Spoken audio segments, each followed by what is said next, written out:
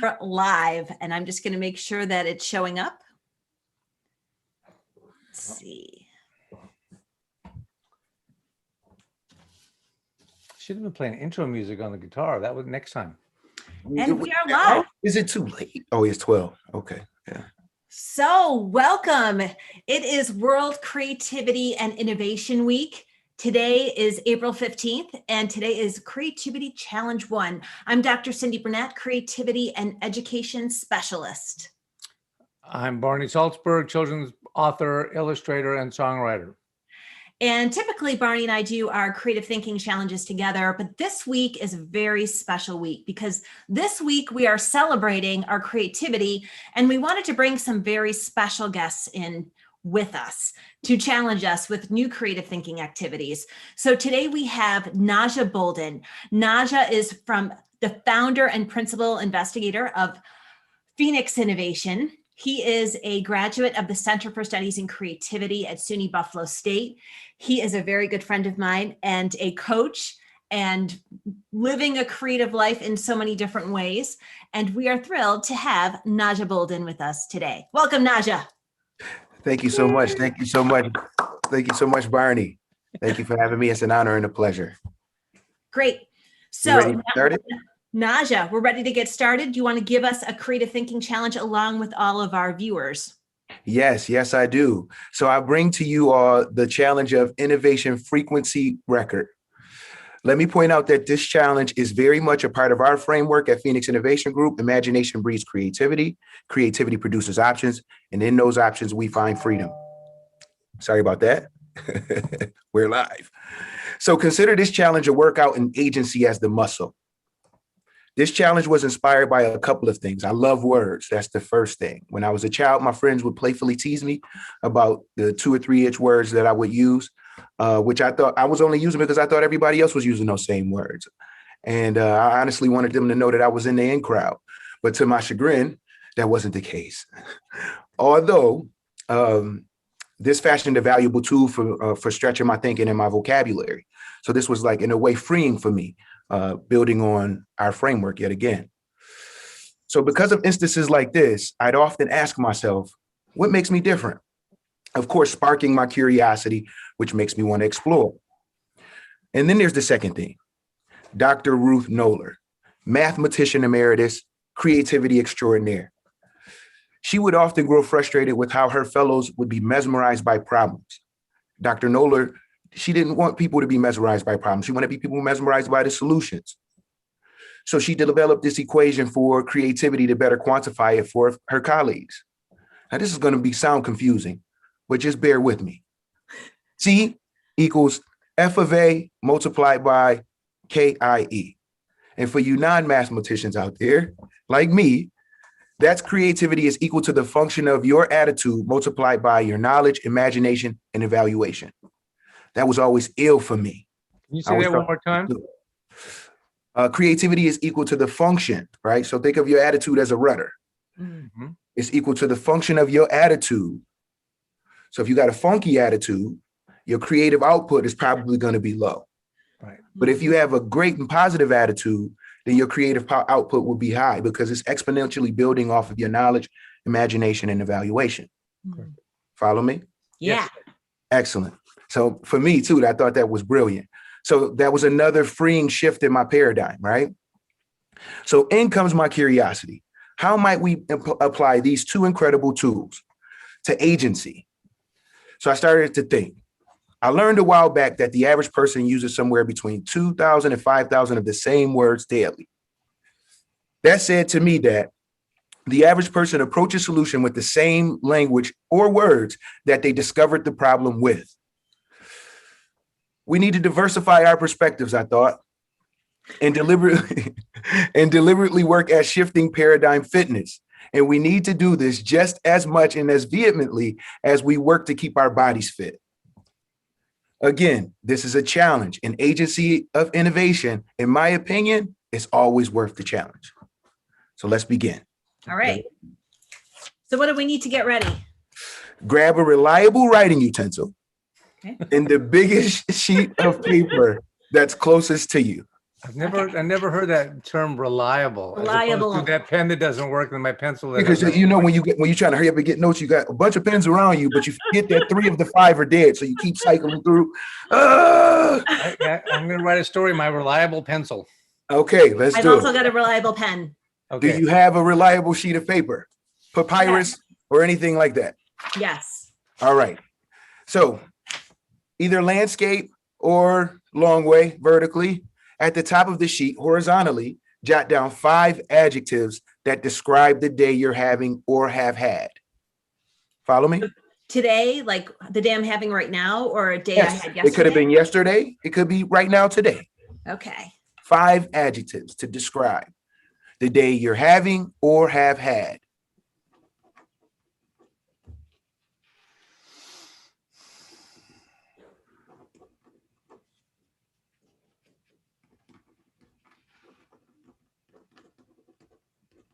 You got them? Not yet. 5 words that describe a day.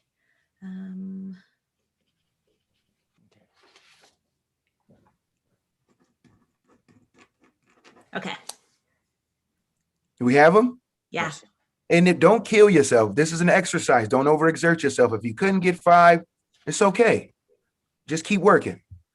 So what's your 5? Read them back to me. Barney? Okay. I have Cindy, exciting. Brian? I have exciting. Awesome. Hopeful. Great. Challenging. Incredible. Anxious. And dazzling. Ooh. Fantastic. Thank you for sharing, Barney. But how about you, Cindy? I have thought-provoking, happy, joyful, playful, and intense. Incredible. Now I need you two to do me a favor. Scribble those out and write 5 more. Why you ask? About the same day or a different day? Same day. Same So day. this is the reason why I want you to do this. This is the divergent part of this challenge. The first 5 were probably already sitting on the tip of your tongue. I want you to go inside and think a little bit and stretch. Give me 5 more. Okay. You got this. Yeah. Already harder. Already. Excellent. Excellent. Terrific. You got to breathe deep, like when you're in the gym. And it'll come to you.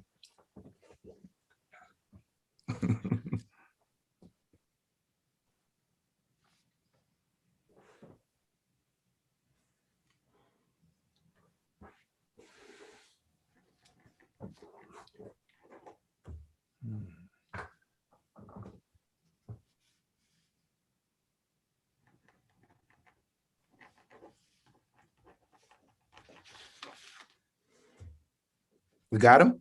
Mm-hmm. What we got? Go ahead, Cindy, because I'm working still. All right. So I have exhausting, fun, engaging, relaxing, and overly cognitive. Ooh. Is that a Spicy. descriptor, overly cognitive? It's spicy and I like it. Okay. How about you, Barney? I don't have my last one. I got. Whatever you have is great. Okay, I've got curious, contemplative, playful, and clueless. Awesome. Thank you. Thank you for stretching on that. So now I want you to go directly up underneath that and draw a vertical line right in the middle of your page. One side, for you NPR lovers, this has nothing to do with that. One side, title the column NPR for negative peer relations. This is a workout, people. I feel it. Wait a second. Wait. I have my list over here. So I have my line here. Am I supposed to be doing this? You're supposed to have the lines, the words horizontally at the top of the page, but you could just turn it landscape, Barney. Turn it landscape, write the line down the middle. And what is this NPR thing? It's negative peer relations. On one side of that line, you're going to create a column for NPR, negative peer relations. And on the opposite side of that line, you're going to write PPR for positive peer relations. Okay. Now, here's a fun part. We're going to employ a tool that we use in creativity, right, Cyndi? Assisters and resistors. Okay. Now, assisters and resistors are those person, places, and things that has assisted us or resisted us as we sojourn, right? Mm-hmm. So you want to use those adjectives, right? And place them in either column, either NPR or PPR. And once you have them situated in that column, write a small caption that captures why you've given this adjective that relation. So can we do an example of that? So I have exhausting. Yes. And I think exhausting can be both negative and positive. So it can be positive in the way that I'm so exhausted from doing such great work. It can also be exhausted and I'm taking on too much work. So how do I know which side to put it on? Excellent question, Cyndi. That's the part of reflection, of going in and really asking yourself, what is this for me?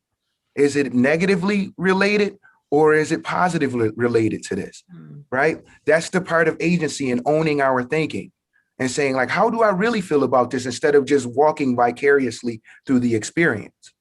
You understand? Yes. Awesome.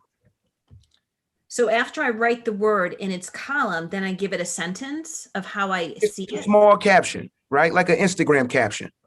Okay. Should I include some hashtags? And if that's how you feel, clueless. if that's how you, hashtag don't know what's going on. No. if that's how you feel, if Exhausted. that's how you feel. And do we do this for each word? Yes, please, because it's important to be able to go back and connect with the descriptor of the event, right? We want to start to track those cognitive rational semantics. We want to track our pattern of thinking, like cognitive rational semantics is a heavy way of saying thinking in a way that means something to you, that makes sense to you, right? So if I say the word lit, how would you two associate the word lit? Ignited, starting, In a sentence, maybe. Oh, when it came to playing music, I'm lit. Here you go. But wait, are you saying to write a little blurb for each word? Or Yes. just, wow, okay. If you can, Barney, this thing is it's a workout. Hey, I'm a writer. I can do this. All right, awesome. Awesome.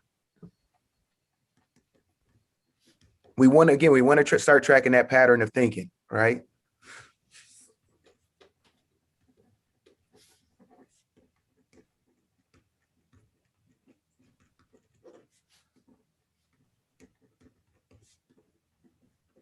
We got it? Getting it. Yeah, I've done 3. That's okay. Not rushing. Just checking in with you. It's really interesting. I see relaxing is, my initial gut reaction to relaxing is that it's something negative because I have a hard time relaxing. And in my mind, it's sort of like, if you're relaxing, you're not productive. Yeah. And it's not even about productivity as much as it is about engagement. Like I just love being engaged in anything, like learning, curiosity, cooking, planting. So if I'm relaxing, that sort of means, there's no engagement, but that's not a negative thing. But I think that's what I'm realizing in the semantics of relaxing. Yes, Cyndi. Yes. That's exactly it. Okay.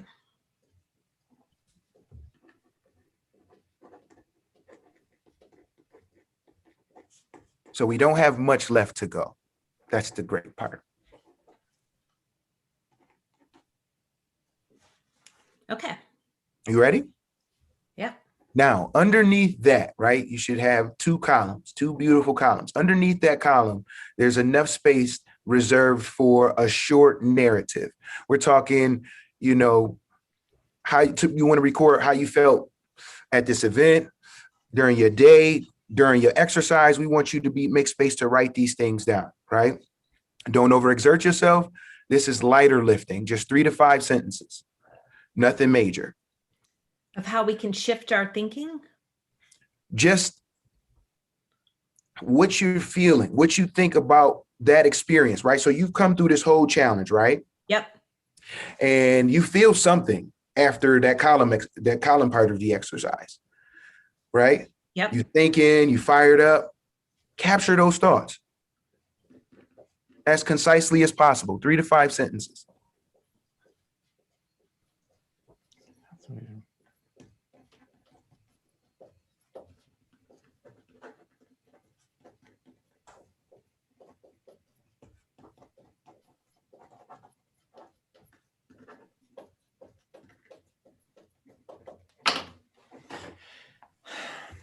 That just reminded me of school when you had to put your pencils down. We stretch Here it, we go. right? We want to My- give my- that my- little my- childlike Yeah, but I- moments. Those were then you had to fill in those little boxes, which looking back now, I should have made a design. You would have did great in my class because that's what I want to see at the end. Yeah. So now, after you've done this, you can put it away for 5 minutes. You can put it away until tomorrow. Come back and reread your narrative. Then with a rubber stamp in your own creative fashion, rubber stamp is something in your imagination, stamp that narrative positive or negative. Positive or negative. Now we want to do this as to have a personal record for our own personal locus of control. Are we facing our challenges head on, come win or lose? Are we being failure fanatics? Are we trusting the ashes of our experiences that we will indeed emerge again, better and brighter than before, just as phoenixes always do? This challenge is about owning and exercising deliberate innovation of thought, and then finding creative ways to not only strengthen this muscle, but keep it agile. Was it a good challenge for you? Absolutely. Absolutely.